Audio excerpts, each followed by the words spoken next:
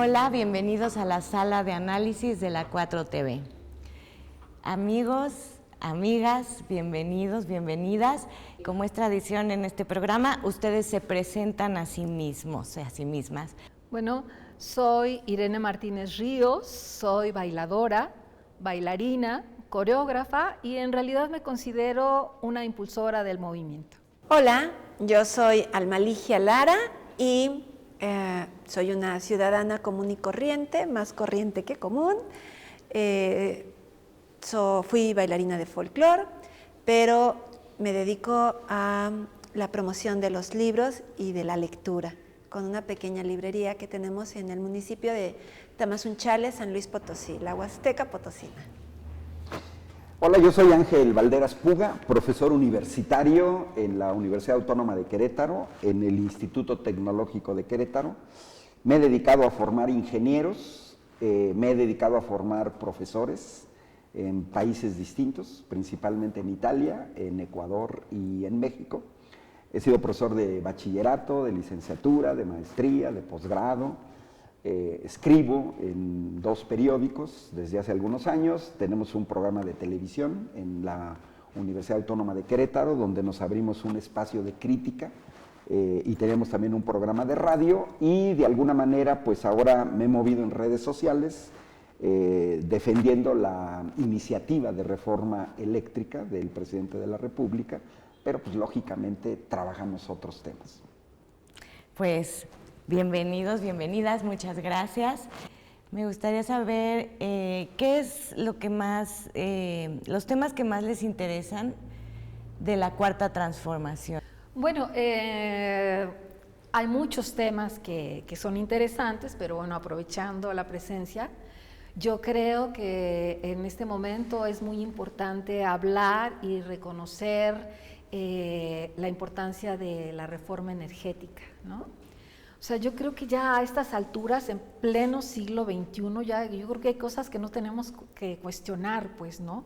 Los recursos naturales deben ser siempre y en cualquier lugar del mundo propiedad ni siquiera del país, sino de los ciudadanos, ¿no? Y yo creo que los próximos años, ¿no?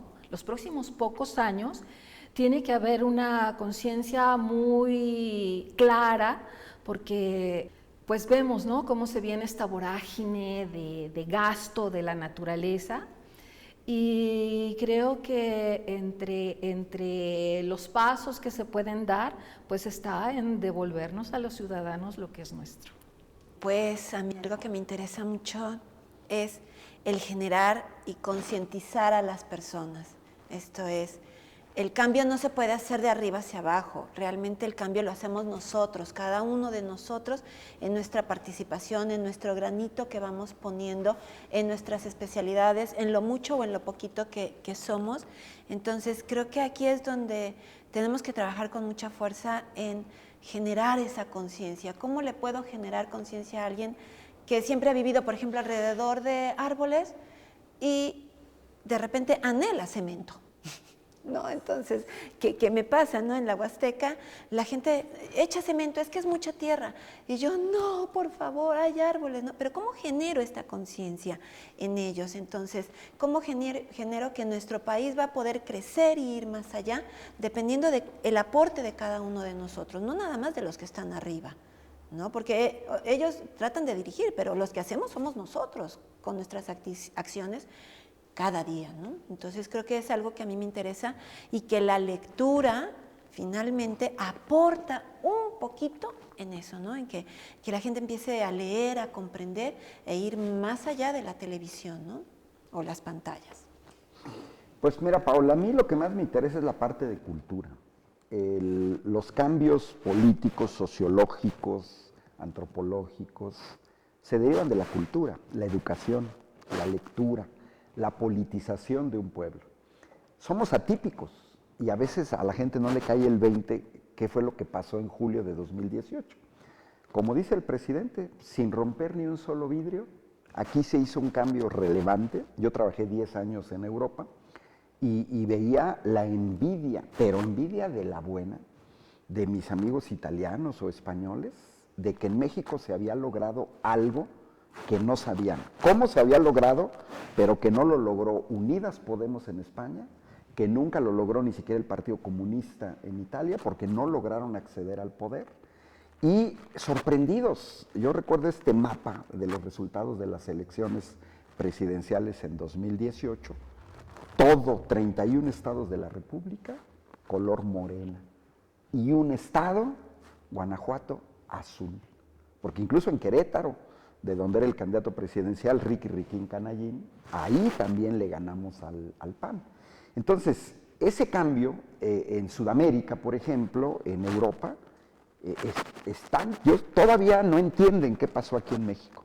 Están más acostumbrados a la lucha en Sudamérica, donde vas viendo el ascenso de los partidos, lo vimos en Chile con Salvador Allende, lo vimos en Bolivia, pero como que en México pareciera ser que no se le esperaba. Yo creo que este despertar del pueblo de México, que le pone freno a 36 años de neoliberalismo, en primera no es fácil. Apelo al cambio cultural. El neoliberalismo avanzó sobre todo en las conciencias, en el individualismo, en el hecho de que se puede expoliar la naturaleza sin ningún problema, en el hecho de que la gente no debe de leer porque es más fácil controlar a un pueblo ignorante, en el hecho de que tú no puedes generar ni científicos ni ingenieros porque la tecnología la tienes que comprar del exterior y entonces tú vas a tener aquí puro chalán que va a servir a ingenieros o a científicos extranjeros. Entonces yo creo que la 4T yo la veo como una posibilidad, como una aspiración. Una cosa es lo deseable, otra cosa es lo posible. Algunos nos molestan, quisiéramos a veces cambios más rápido, pero también hay que tomar en cuenta que la herencia de 36 años en todo, en el aspecto cultural, educativo, económico, es una herencia muy pesada. Solo doy un dato. El pagar 1,000 millones de pesos de intereses de la deuda externa es una pesadísima carga para cualquier gobierno. Eso es el presupuesto de 3 años total de la Ciudad de México. 750,000 millones de pesos es una enormidad, es prácticamente el presupuesto de 20 años de la UNAM, por no decir los presupuestos de las universidades de provincia, porque ahí no estamos hablando del presupuesto de 400 años de una universidad como la mía, con 30,000 estudiantes. Y todo eso se va al exterior por una deuda que no sabemos cómo brincó de 1.7 billones cuando termina Fox a 11 billones con Peña Nieto. Entonces, yo creo que la 4T, a mí lo que más me interesa es el cambio en la mentalidad de la gente, el sí se puede, el tenemos derecho a los recursos y es el Estado, no el gobierno, quien debe de hacerse cargo del manejo de los recursos naturales de este país, pensando siempre en una lógica colectiva y no de explotación individual, no de lucro exagerado, no de que yo me hago ultramillonario mientras la gente se está muriendo de hambre. Muy bien, entonces desde la cultura, cada uno, pues tú escribes, tú promocionas la lectura y tú eres el cuerpo, ¿no? Trabajas con el cuerpo. Desde ahí, desde cómo se puede ayudar a la cuarta transformación, desde la especialidad de cada uno. Irene. Bueno, yo creo que, lo que compartimos todos los seres humanos vivos en el mundo, pues es esto, ¿no? O sea, con diferentes formas, con diferentes capacidades, con diferentes gustos, pero todos tenemos, estamos vivos porque tenemos un cuerpo humano, ¿no? Y creo que el reapropiarnos de nuestra corporalidad nos invita, digamos, a pensar de una manera diferente el mundo entero, ¿no? Por ejemplo, esta cuestión del cemento, ¡ay, qué grave! Pero uno de los mayores problemas de las columnas vertebrales de las personas es el uso de zapatos, ¿no? O sea, es una delicia. De hecho, ya hay terapias, ¿no? Hay terapias de caminar descalzo, en pasto, en arena, en otros ambientes. ¿Y cómo cambiamos estos paradigmas, ¿no? ¿Por qué la gente que tiene acceso a esas maravillas aspira a lo que nosotros sufrimos, ¿no? A calles donde no hay naturaleza en kilómetros cuadrados, donde no hay un lugar, un pedacito de sombra, ¿no? No hay ¿Cómo cambiamos ese paradigma para que estas personas, que afortunadamente en nuestro país, que tiene tantos recursos, todavía hay muchas zonas donde la gente tiene acceso a esto, aunque carezca de muchas otras cosas, pero cómo cambiamos ese paradigma?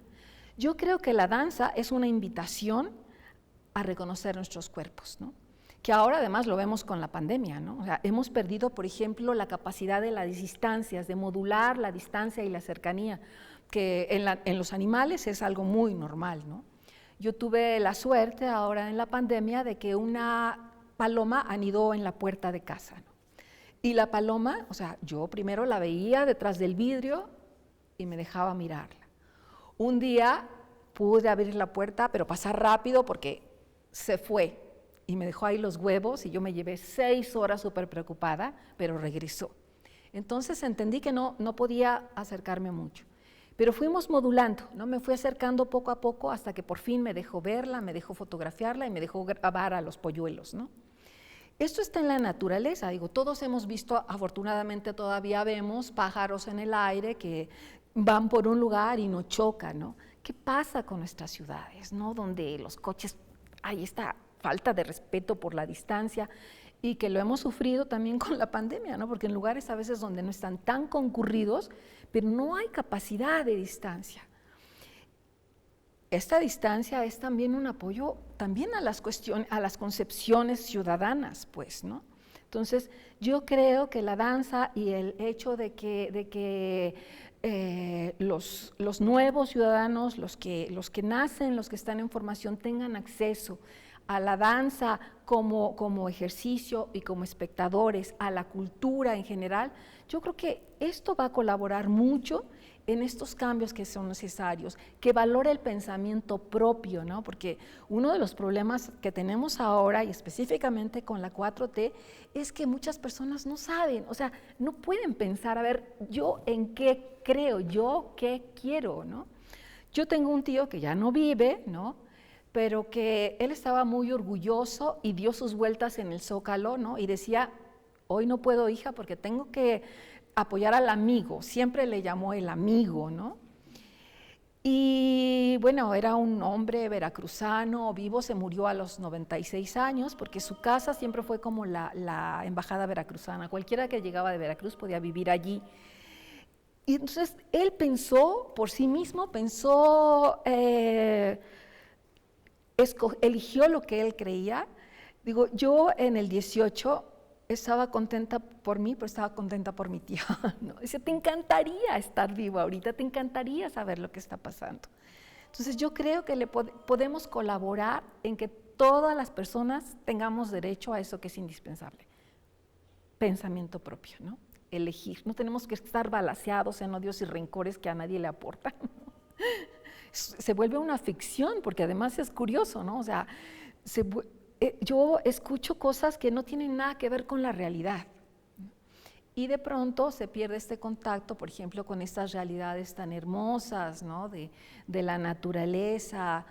O, por ejemplo, en la lectura pienso mucho en esto que decía Sábato, ¿no? Que la literatura no es real, pero es verdadera, ¿no?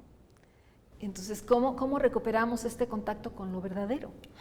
Y lo verdadero es compartir, es interactuar, es respetar el pensamiento del otro y es aspirar a un mundo en el que todos tengamos una igualdad de derechos, ¿no? ¿Y qué ofertas ven ustedes, a diferencia del régimen anterior, que se están abriendo para tener acceso, para que la gente tenga acceso al arte y a la cultura, pues a su derecho? Bueno, yo ahorita que dijiste esto me quedé pensando y dije, por desgracia le tocó la pandemia y el encierro, y realmente pues hemos tenido como pocas posibilidades de llevar más allá la danza, llevar allá los cuentos, llevar los libros, las narraciones, un poco más allá, ¿no? Hemos en esta época de pandemia que nos ha tocado como reinventarnos nuevamente, la narración oral, pues Zoom nos vino a salvar, o sea, se hizo mucha narración vía Zoom.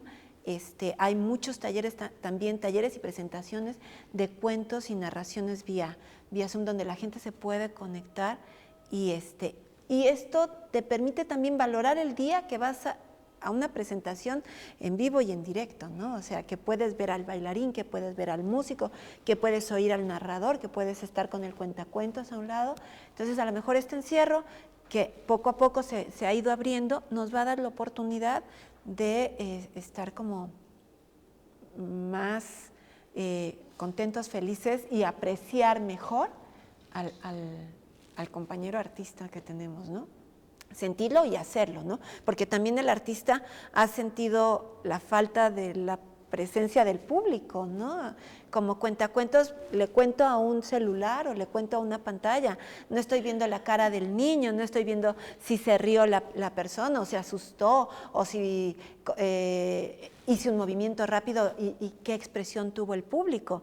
No tengo más que una cámara y ya lo subo yo a internet. Entonces, nos ha venido a mover muchas cosas, pero finalmente el mexicano creativo ha estado aportando estas cosas para llevar la cultura y el arte, que en temporada de encierro ha sido difícil, ¿no? Y en tu comunidad, ¿cómo se llama? Tamazunchale. Tamazunchale. En Tamazunchale, ¿cómo lo recibe tu comunidad? ¿Cómo en presencial, pues? ¿Cómo recibe tu comunidad estos regalos? La gente asiste, por supuesto asiste más al concierto de una banda muy conocida que ir a ver un cuentacuentos o que lo vemos en las ferias, ¿no? Una vez fue Mario Iván y bueno, había pocos niños, no había tanto como cuando se presentó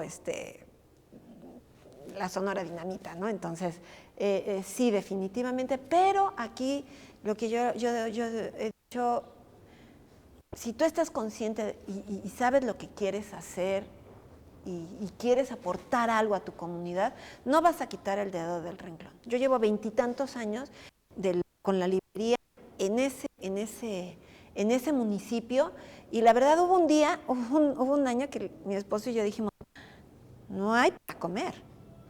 Y pusimos una granjita de 100 pollos, ¿no? Dijimos, bueno, al menos matamos un pollo y tratamos de comer de eso, ¿no?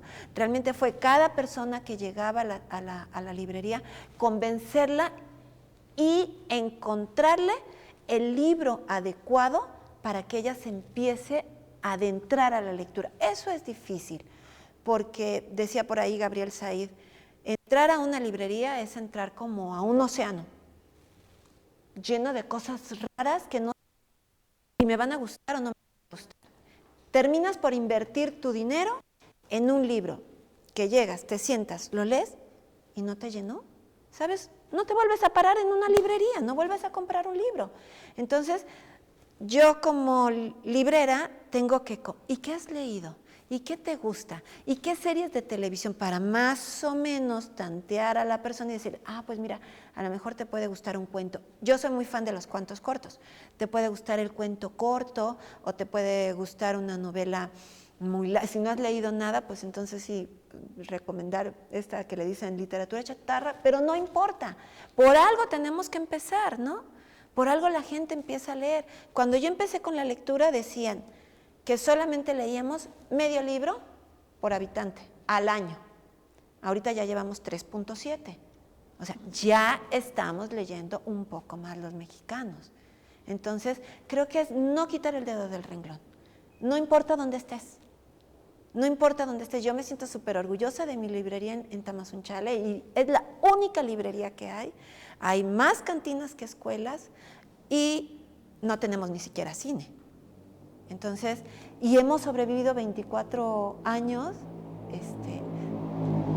con una librería, pero eso creo que debemos de hacer, no quitar el dedo del renglón. Llegará el momento en que la gente empiece a venir cada vez más, ¿no? Y apreciar estos eventos que se les va poniendo. Por eso es importante generar conciencia en las personas, ¿no? La cultura, otra visión, irles apagando la televisión y prenderles el cerebro, ¿no? Un poquito. Pues mira, para mí es fácil lo que preguntaste porque pues yo estoy en un área que es tierra de jauja para el cambio, el trabajar con jóvenes de manera cotidiana.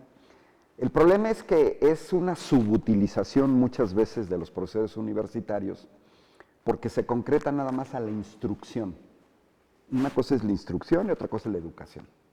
La educación tiene que ser vista de manera muy amplia, donde es tu deber acompañar a los jóvenes, mostrarles diferentes opciones, efectivamente, por ejemplo, hacerlos que lean y que lean literatura, tienes que hacer que se politicen, les tienes que plantear diferentes opciones y esa es una manera de contribuir. Yo, por ejemplo, estoy orgulloso que en las facultades de ingeniería donde yo enseño, la inmensa mayoría de los jóvenes que por primera vez votaron en su vida, votaron por Andrés Manuel López Obrador.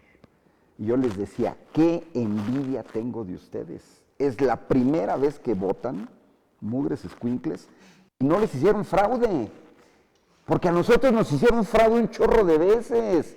En cambio, ustedes votan por un presidente, gana y nadie hizo fraude. Es natural que estos jóvenes que no vivieron el fraude de 2006, pues en 2018 son 12 años.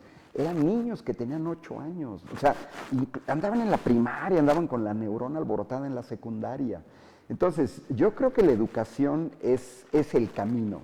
Desgraciadamente en este país, solamente un 20% de los jóvenes acceden a educación superior. Y pagamos un precio altísimo.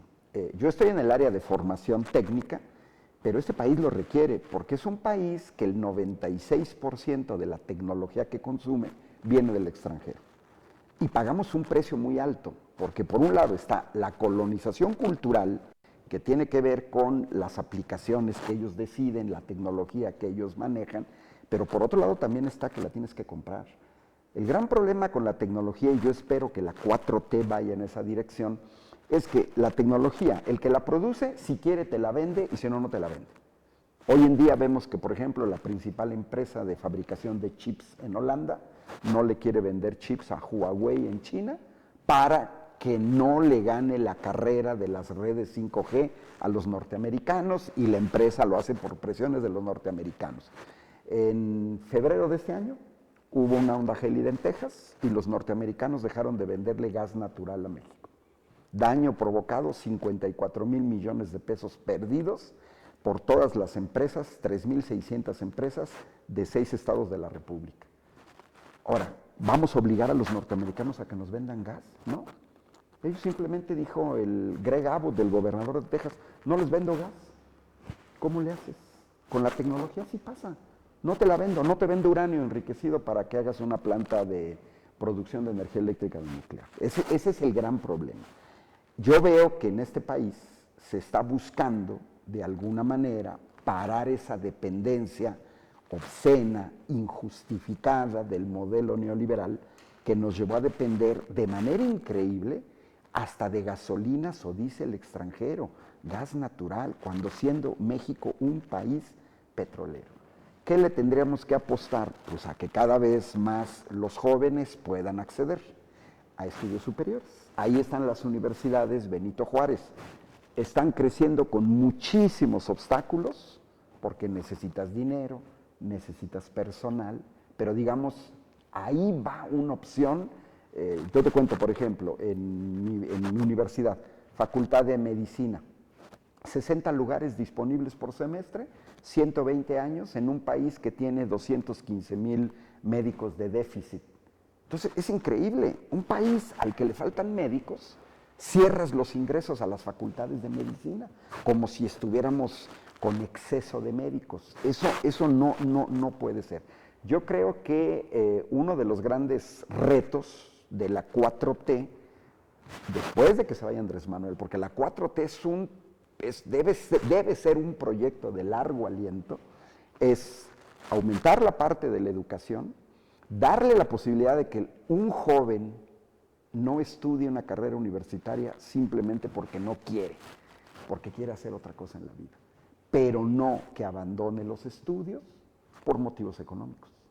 De hecho, ya las becas a jóvenes que estudian han sido muy útiles para detener la deserción escolar. Por ejemplo, en mi universidad fue rector un senador, que hoy es senador de Morena, y fue rector, y puso las becas para madres solteras. No, hombre, fue hipercriticado. que estaba favoreciendo que las muchachitas tuvieran relaciones sexuales y que cómo les iba a dar becas, etcétera, etcétera. Bueno, lo que notamos muchos fue que bajó la deserción, porque justamente pues yo tenía alumnas que tenían que llegar a las 7 de la mañana con un bebé de 4 meses, de 8 meses. Ahí he llegado con alumnos que llegan con sus chiquitines de 7 a 8 de la noche, los recuestan ahí, ya con las computadoras se ponen a jugar, esperando la apertura del kinder. Bueno, cuando se abre esta guardería al interior de la universidad, bajó la deserción. ¿Por qué? Pues porque muchas jóvenes se dieron cuenta que podías llevar a tu niño, la dejas ahí, te vas a tomar tus clases, puedes regresar en un horario libre. Es decir, esto no se debe ver ni siquiera como una limosna, ni siquiera como un apoyo. Yo creo que es la dirección correcta hacia apoyar a que la gente tenga elementos de defensa en la vida. Muy bien, pues muchísimas gracias. Vamos a ir a una pausa y ahorita regresamos. Esto es La Sala 4 TV.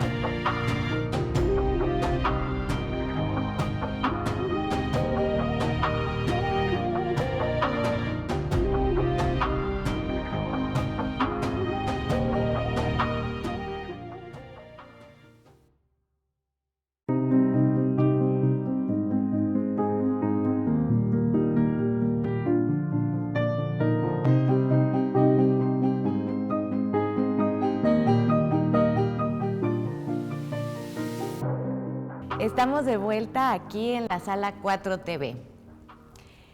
¿Qué aporta la lectura al cambio?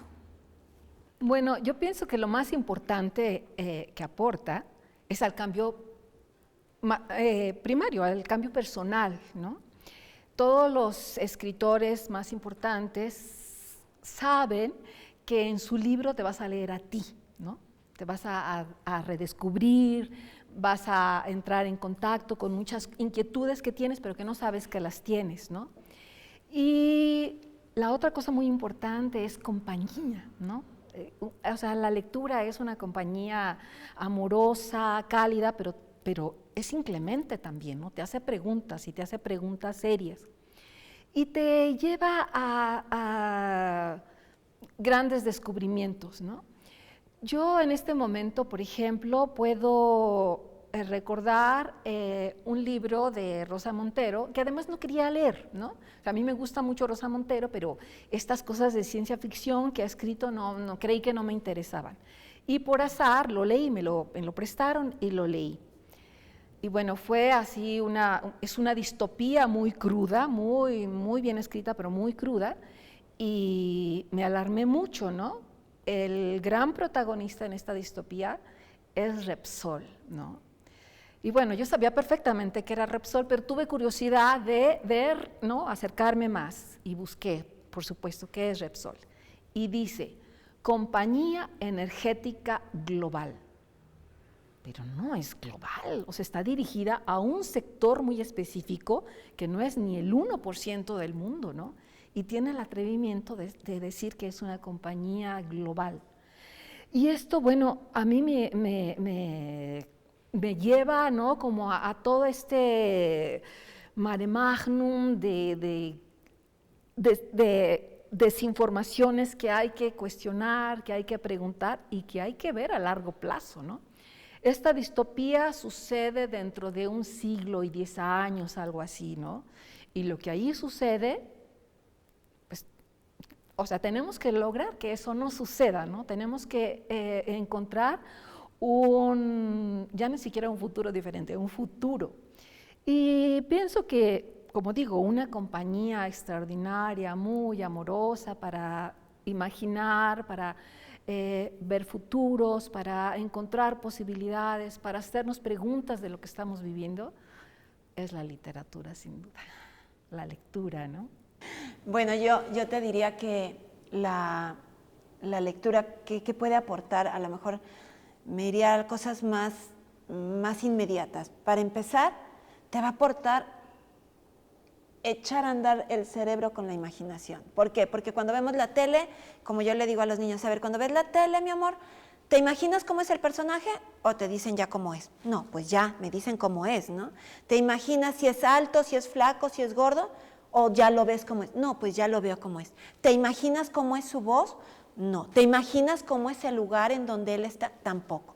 Entonces, lo primero que te va a aportar la lectura es empezar a trabajar la mente, la imaginación, la creatividad.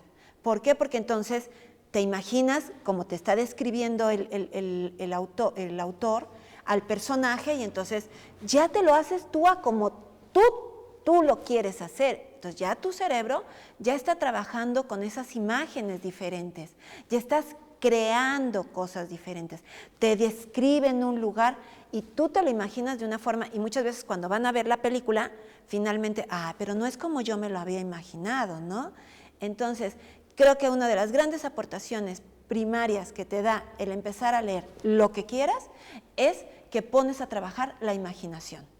Segundo, te ayuda a enfocarte, te ayuda a aprender a concentrarte, porque de repente cuando la lectura te atrapa, ya ni te das cuenta de lo que está pasando al lado, porque estás oyendo todas esas voces, estás viendo todos esos paisajes, o estás en medio de, ¿qué le va a pasar? No, se va a morir, no se va a morir. O sea, ya te concentraste en un punto, que eso es muy importante para cuando vas a estudiar, ¿no? O sea, yo creo que yo de niña debía haber sido TDA, porque, o sea, yo saltaba de un lado para otro, y entonces yo nunca pude concentrarme, pero el que al niño le leas o que el niño empiece a leer y que empiece a llevar todos los caballos desbocados de la imaginación a un solo punto, o sea, son de las primeras aportaciones que te da la lectura, ¿no? Entonces, pues, digo, ¿no? Para no seguir con mi rol. Mira, lectura, escritura, reflexión, pensamiento, yo por mi área de especialidad, mi verdadera área de especialidad es el uso de instrumentos informáticos en la educación matemática. Y soy pionero en México porque desde principios de los 90 yo ya trabajaba con instrumentos informáticos. Emigré, yo soy emigrante académico, no tenía interlocutores en el país, me tuve que ir a trabajar a Europa, donde sí tenía interlocutores. A la fecha sigo trabajando con grupos de investigación austriacos, alemanes, van muy avanzados en ese sentido. Pero eso me llevó, por ejemplo, a revisar las críticas sobre los jóvenes de hoy que dicen que no leen. Y en realidad lo que yo voy descubriendo, un libro muy interesante de un sociólogo, Universidad de Roma, Raffaele Simone, donde dice, miren, es un mito, el joven de hoy sí lee, pero busca otros lenguajes. El joven de hoy, y yo lo veo con mis estudiantes, ya no fue educado para una lectura secuencial. Entonces, para las generaciones que fuimos educados con una lectura secuencial, creemos que es la única manera de leer, ¿no? Y creemos que es el único lenguaje, ¿no? Yo les digo a mis alumnos, ustedes lean, no me interesa el soporte, no me interesa si es en papel, si es en WhatsApp, si es en Telegram, si es en una tableta, si es en una computadora, ustedes tienen que leer. Pero yo los observo y son jóvenes que tienen una capacidad superior a nosotros en tener 3 o 4 cosas al mismo tiempo. Y como dice Raffaele Simone, son jóvenes más dispuestos a que les des varias cosas al mismo tiempo. Ellos buscan animaciones, buscan color, están dispuestos a aprender. Ahora, es básico. Nosotros en la educación científica tenemos un gran problema. Los jóvenes que no leen tienen una enorme dificultad para aprender matemáticas, o física, o química, porque no tienen práctica en la estructuración del lenguaje. Porque cuando tú les das una palabra y les dices, vamos, esto es un isomorfismo, esto es un corolario, esto es un lema, ponen la cara que tú pones en este momento. Idéntica, o sea, claro, porque la lectura, lo que te deseo, yo digo, lean periódicos, revistas. De hecho, yo trabajo con mi portal y tiene, bueno, pues que se lean La Jornada, Ya Quité Proceso, que se lean Contralínea, bueno, y que lean libros y les sugiero la lectura de algunos libros. Profe, ¿es que esto qué tiene que ver? Tiene que ver con lo que me comentaste al inicio. Yo les hago un cuestionario y una de las preguntas es, ¿cuántas horas lees a la semana? Y la otra que los descontrola muchísimo, ¿cuántas horas le dedicas a tu patria a la semana? Y profe, ¿se equivocó? ¿Qué es esto? qué significa darle horas a la patria. Pónmelo tú. Y entran en crisis y se inventan y entonces creen que darle 1 hora a la patria a la semana es separar la basura, ayudarle a una persona de la tercera edad a cruzar la calle. Bueno, pero a mí lo que me gusta es indagar, porque si descubres de repente que te dicen, pues yo participo en un partido político. Ah, perfecto. Ah, pues yo estoy en una ONG. Ah, perfecto. Ah, bueno, pues yo sí leo, pero les pregunto, ¿qué lees? Y te descubres que muchos leen chatarra, o que hoy en día muchos ven Facebook, o que muchos creen que lo que una publicación sin fuente o una fuente no confiable. Yo creo que hoy en día el papel de nosotros como profesores es ayudar a los estudiantes a filtrar. ¿Cuál es tu fuente? Y tu fuente es confiable, porque hoy los jóvenes están invadidos de información. Te llega por todos lados y hay que aprender a filtrar para poderlos redirigir. La buena literatura, la buena novela corta, el buen cuento corto, un buen periódico, un buen artículo de análisis va en la dirección correcta, porque te ayuda a pensar, te ayuda a reflexionar. Y los jóvenes tienen que entender que no puedes poner en la misma taza una información sobre un generador de energía de fusión nuclear del MIT con lo que dice tu tía panista del chat.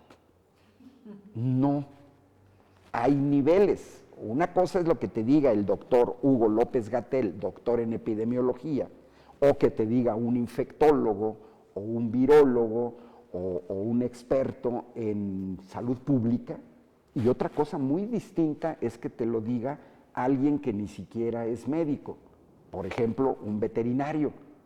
No, pues un veterinario está bien para que atienda a mi gato, pero nunca en su vida ha tratado a un paciente. Entonces yo creo que la lectura es fundamental, debe ser una actividad permanente.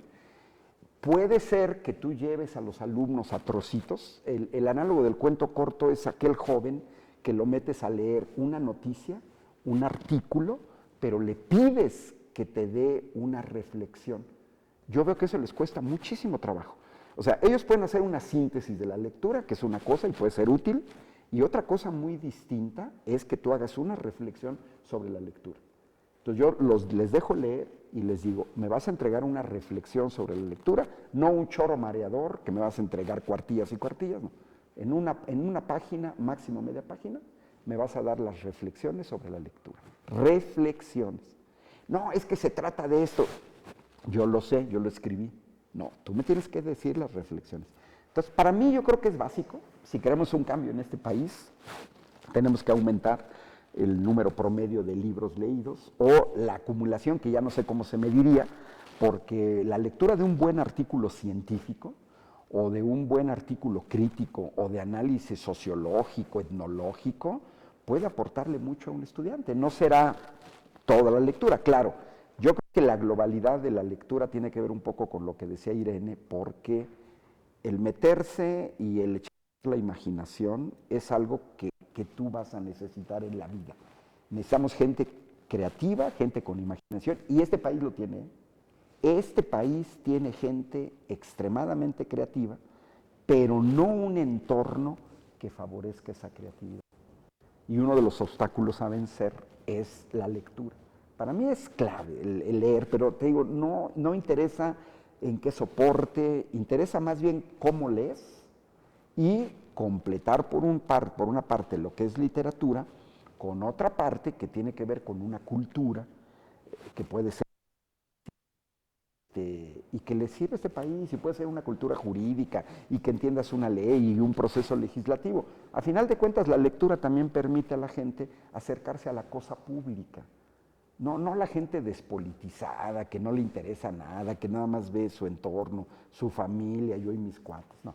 Yo creo que la lectura te abre un panorama que además te permite entender otras culturas. Porque esa es otra situación.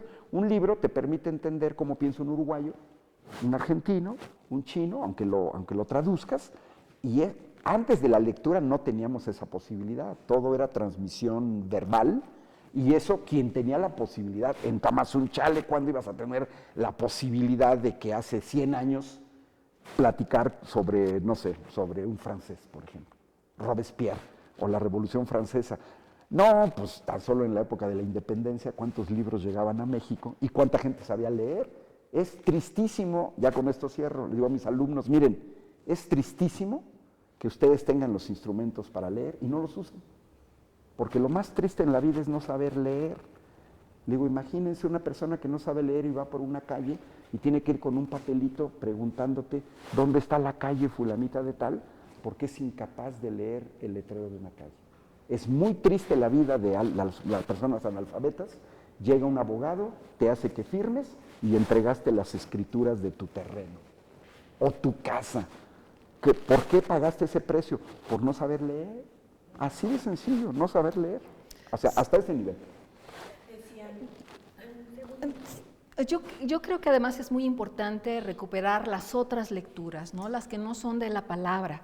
Por ejemplo, yo me acuerdo de cuando era niña, que iba cerca de Jalapa, a La Joya, y tenía un primo, ¿no?, que allí vivía, y que nos llevaba por el camino, y cuando íbamos a cruzar las vías del tren, teníamos que cruzar un puente que era de las vías. Entonces él se agachaba y nos decía si el tren venía o no venía, y nos enseñó a todos, ¿no? Yo creo que hay muchas lecturas que tenemos que recuperar y revalorar, ¿no? Porque a veces estas personas que no tienen, bueno, hoy en día es cada vez más difícil, pero por ejemplo mi abuelita no leía, ¿no? Y sin embargo mi abuelita estaba enterada del mundo y leía muchas otras cosas que no eran palabras escritas. Y creo que recuperar el valor de esa lectura puede facilitar el camino hacia la palabra escrita. Y, por ejemplo, la danza creo que aporta mucho, ¿no? Hay muchas lecturas que se hacen en la danza que a veces no se pueden ni siquiera traducir, ¿no? Y si se traducen, a lo mejor no es el valor de la danza, a lo mejor no es un lenguaje ideal, ¿no? Y por otro lado, tenemos que poner mucha atención hacia las infancias, ¿no? Porque los niños son lectores por excelencia, ¿no? O sea, ¿quién no nos hemos topado con un niño que nos hace unas preguntas, no sé, ¿cómo te enteraste?, ¿no? Leen, ellos leen. Son lectores porque eso es muy importante, que parte de la supervivencia tiene que ver con la lectura, ¿no? Si tú sales de tu casa, ves el cielo y no sabes qué dice el cielo, pues te vas a mojar probablemente, ¿no? Sabemos que los animales hasta se enteran cuando va a temblar, ¿no? O sea, todas estas lecturas son muy importantes. Y por otro lado, los niños tienen acceso su vida, su aprendizaje primero es a través de la ficción, ¿no? Que yo era esto y que tú eras lo otro y que esto era, bueno, los que alcanzamos a jugar con pastelitos de lodo, ¿no? Que esto era esto y que esto era lo otro. Entonces, tenemos que recuperar esos valores, ¿no? Yo me acuerdo mucho de un antropólogo y lingüista que me gusta mucho y ahora no tengo el nombre en la cabeza, pero él decía que cuando llegó a la comunidad tojolabal, los tojolabales se admiraban porque todo el mundo llegaba a enseñarles, ¿no? Y él en cambio llegó a aprender, ¿no? Entonces siento que en este momento que tenemos oportunidad de nuevos aprendizajes, que definitivamente nuestro país se movió, ¿no? Se movió y además, pese a todo, ya no va a regresar, porque afortunadamente la vida no regresa, ¿no?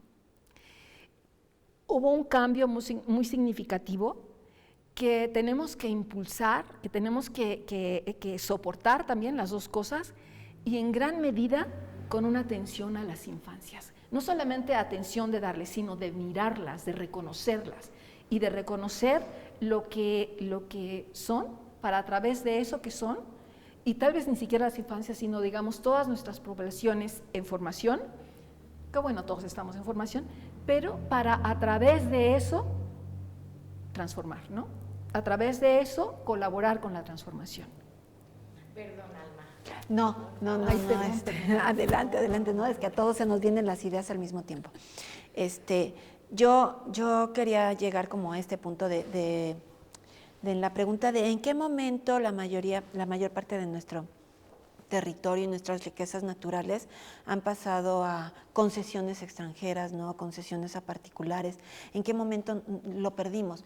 Yo creo que pues fue parte de los anteriores régimen de mantenernos en la sobrevivencia, ¿no? O sea, no me importa lo que se vaya a vender para allá, yo cómo sobrevivo, cómo me compro un pantalón, cómo le doy de comer a mis hijos, cómo les doy una escolaridad. Entonces, nos han mantenido como ocupados en estas actividades primarias para que no puedas ver más allá, ¿no? Entonces, la lectura finalmente te puede ir abriendo como satisfaciendo estas necesidades primarias de las cuales hemos estado como encapsulados, y que no hemos visto en qué momento pues vendieron nuestras paraestatales también, ¿no? Yo sí me acuerdo mucho cuando vendieron la Conasupo y me dolió mucho, y ahora se convirtió en un Walmart y lo que era un terreno muy, muy grande ahí en Fray Servando, que era de limpia, ahora es un Home Depot, ¿no? Y dices, bueno, ¿en qué momento estos terrenos que eran del gobierno se vendieron, ¿no? ¿En qué momento? Pero pues no nos dimos cuenta porque pues nosotros estábamos como en esta burbuja de sobrevivencia y en la burbuja de los medios de comunicación bombardeados, ¿no? La televisión, los anuncios. Con respecto a la pregunta que tú hacías, que les haces a tus alumnos, yo a los padres de familia cuando llegan y algún niño, mamá, quiero este libro, y me preguntan el precio y es que está muy caro. De repente sí le digo, oiga, señora, ¿y cuánto gasta usted a la semana en Sabritas y Coca-Cola? ¿Cuánto gasta? ¿No? Que son perfectamente bien sustituibles por agua de limón, que en la Huasteca hay limones y naranjales en todos lados.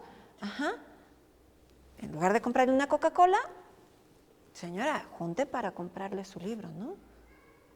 En lugar de la Sabrita, pues tenemos quelites y tenemos tantas verduras que se dan en la Huasteca, ¿no? Tanta forma de comer, el huevo de la gallina, los pemuches que se dan así cierta época del año, ¿no? Entonces, digo, usted puede sustituir las Sabritas y el refresco y poder adquirir un libro para su hijo. Cuando antes de que yo tuviera a mi hijo y veía los libros, el libro álbum que ahorita le está funcionando mucho a los niños, que es un libro con una imagen muy clara, muy llamativa y muy poquito texto. Y el texto se complementa con la imagen y la imagen se complementa con el texto. Tiene que haber esa simbiosis en el libro álbum. Pero sí son caros. Entonces yo decía, no, pues ¿cómo voy a vender estos libros álbums? Porque pues nomás lo van a leer y lo van a dejar. Ahora que ya tengo un hijo y que está grande y que empecé a hacer cuentacuentos, me doy cuenta que alrededor de todas esas imágenes tú puedes inventar otras historias y que tu hijo no va a leer solamente una vez el libro, lo va a agarrar 50, 60 veces y te lo va a leer y lo va a ver primero en las imágenes y después a lo mejor va a silabear cada palabra y después cuando ya empieza a leer vuelve a agarrar el mismo libro y ya te lo va a empezar a leer más de corrido y a lo mejor más adelante te lo va a explicar o te lo va a contar o te lo va a actuar y entonces ya ese libro que salió un poquito más caro, ya el niño le dio 50 vueltas, ¿no? Entonces creo que es la infancia a la que tenemos que cuidar, como decías, de que se enriquezca con la lectura, ¿no? Que les guste leer, que les gusten los monitos también, ¿no? Pues mira, México, yo creo, me quedo con lo de Irene, ya subiste el nivel, porque coincido contigo. La lectura te lleva al lenguaje, pero pues hay lenguajes corporales, donde tú ves, por ejemplo, un gato, mi gato, que está dormido en la planta alta, y yo me acerco al refrigerador. Todavía ni abro el refrigerador y el gato ya bajó porque sabe que voy a abrir el refrigerador y que voy a sacar yogur. ¿Cómo lo sabe? Bueno, nosotros con el lenguaje perdimos habilidad de comunicación corporal. Antes de que el ser humano tuviera la palabra, te comunicabas como los animales. Los animales saben perfectamente si otro animal lo va a agredir, no lo va a agredir, ven el viento y lo que sea. Entonces, esos lenguajes también que mucha gente tiene, porque efectivamente el analfabetismo ligado a que no puedas leer un libro, pero efectivamente la gente que vive en ciertos ambientes conoce muy bien la naturaleza alrededor y sabe leer, ¿no? Pensemos tan solo en los mayas. magníficos astrónomos. La mayor parte de la gente no sabía leer, comenzaban los pictogramas, tenían un sistema de numeración, pero era una pequeña élite, y sin embargo eran capaces de algo que hoy un estudiante de ingeniería, yo ni un profesor de ingeniería civil, somos capaces de hacer. Construir una pirámide que el 21 de diciembre te dibuje una serpiente emplumada con la luz del sol. No, es que son palabras mayores, o sea, tú ahí requieres un conocimiento profundo de las estrellas, que te lo sueñas que hoy lo tengas. Y un poco diciendo lo de tu primo, pues yo lo he visto en el campo. Cuando vas y de repente la gente del campo, aunque no sepa leer y escribir, te describe perfectamente las plantas, para qué sirven, etcétera, etcétera. Me hiciste recordar a mi abuelita, que los chivitos, que los hongos, etcétera, y tenían un conocimiento pleno de todo su entorno, que lógicamente la gente que nacimos en ciudad, yo nací aquí en Ciudad de México, pues no te lo sueñas. Ahora, lógicamente cada quien va teniendo habilidades para lo que necesitas en ese momento. Yo hoy veo a los chiquitines, venía de Querétaro y venía una mamá con una niña, le pregunté la edad de la niña, 1 año, 2 meses. Sin embargo, la vi interactuar con el papá, que no venía ahí, porque traían el celular, y la niñita ya moviéndole, y esto lo he visto ya en muchas ocasiones. O sea, estos niños de hoy en día, de 1 año de edad, ya ven y le hacen así. Y de repente ya activan. Y a mí una cosa que me encanta hoy es que los jóvenes le pueden enseñar a los adultos. Durante siglos éramos los adultos que enseñabas a los niños, eran las personas de mayor edad que educabas a los de abajo. Yo aprendo un chorrononal de mis estudiantes. Te resuelven los problemas y yo nomás les pregunto cómo le hiciste, ahora vamos a socializar, ¿no? Con los demás, ¿no? A veces se finta de que ya sabías, cuando en realidad no sabías, ellos son los que resuelven el problema. Yo creo que es interactuar. La prohibición no lleva nada bueno. Hoy el ataque de la pandemia en México es ejemplar. En Europa están teniendo muchos problemas, la ola, la tercera, la cuarta, la prohibición, el pase sanitario, etcétera, no logran resolver, como en cambio aquí, que sin prohibición, ahí la vamos llevando para el contexto. Entonces yo creo que son todos los lenguajes, se tienen que incorporar. Nuestras culturas indígenas son expertas. Platicaba con Alma antes del programa de los huicholes, que cuando nosotros vemos un objeto artesanal huichol, en realidad vemos los colores, te gusta a lo mejor la simetría, el material. ¿Cuál? Ellos traen toda una cosmogonía detrás, que hasta la combinación de colores en estos textiles, en Chiapas, en Oaxaca, es impresionante. ¿Por qué? Pues porque son códigos de lenguajes ancestrales en los cuales transmites información y transmite comunicación. Yo soy más de una idea global. Yo soy muy receptivo, hay que tomar de otras culturas lo que se pueda y adaptarlo, y en eso los mexicanos somos muy buenos porque somos abiertos, somos creativos y no le tenemos miedo a la otredad, a diferencia de otras culturas que tienen pánico de enfrentarse a migrantes, nuevos migrantes, no están acostumbrados. El mexicano sí, es abierto a esa situación. Estamos concluyendo una emisión más de la Sala 4 TV. ¿Algo que quieran decir ya para cerrar, Alma? Bueno, pues yo rápidamente, que tanto los intelectuales sean más sencillos, más fáciles en sus conocimientos, en sus ideas, para que lleguen a todas las personas realmente. Es algo muy importante porque a veces creemos que todos están en el mismo nivel cultural, ¿no? Hay veces que tenemos que ayudar a subir, entonces hay que hacer como las cosas más sencillas, y que una de estas es la lectura, la expresión corporal y el ir adentrándonos a un cambio profundo, pero no tanto en lo demás, sino en nosotros mismos. El cambio hacia afuera, tiene que empezar en nosotros, en estos principios que vemos que son básicos y que son granitos de arena que van a contribuir a que tengamos un mejor país y contribuir con este presidente que está haciendo las cosas bien.